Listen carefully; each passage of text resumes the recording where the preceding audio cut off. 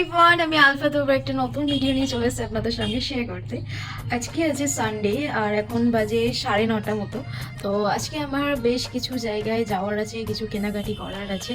তো আজকে সারাদিনের ব্লগটা নিয়ে আপনাদের সঙ্গে শেয়ার করছি। আর বাই দ্য ওয়ে, এটা আমার রোজার মধ্যে ফার্স্ট কোনো ব্লগ হতে চলেছে, তো দেখতে থাকুন।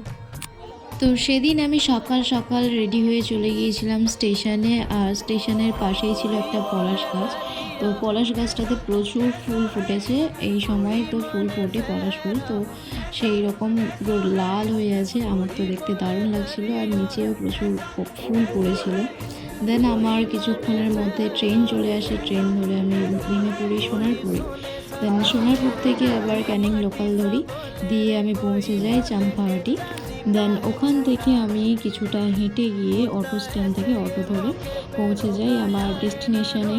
তো সেখানে আমার কিছু কাজ ছিল, তো কাজ সারার পরে আমি চলে যাই অটোতে করে চাম্পাহাটি স্টেশন, কারণ ওখান থেকে আমার আবারও ট্রেন ধরতে হবে। আর সেদিনকে প্রচণ্ড রোদ ছিল আর অনেকটাই গরম পড়েছিল, যার জন্য দেখতেই পাচ্ছেন প্রচণ্ড রোদের পাহাড়ি স্তর পড়ছিল।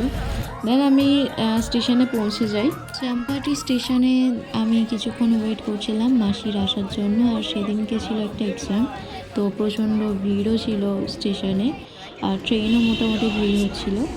দেন ওখানে আমি ওয়েট করার পর মাসিকে নিয়ে চলে আসি বারুইপুর স্টেশনে বসেছিলাম। দেন চলে গেলাম একটু শপিং করতে, শ্রীমতীতে গিয়েছিলাম সেদিন একটা চুড়িদার দেখতে। তো আমার দুটো পছন্দ হয়েছে, তো দুটো চুড়িদার কিনে নিই।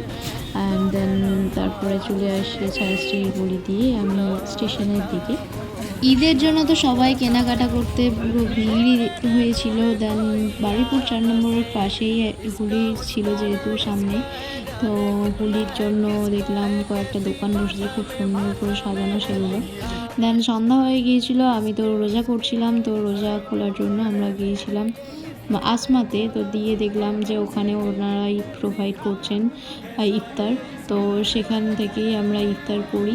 দেন ওখান থেকে এক প্লেট বিরিয়ানি নিয়ে বাড়িতে চলে আসার জন্য আমি অটো ধরে নিই। অটোতে করে আমি বাড়িতে চলে আসি। তো আজকে ভিডিওটা এই পর্যন্ত, দেখা হচ্ছে নেক্সট কোনো ভিডিওতে। টাটা।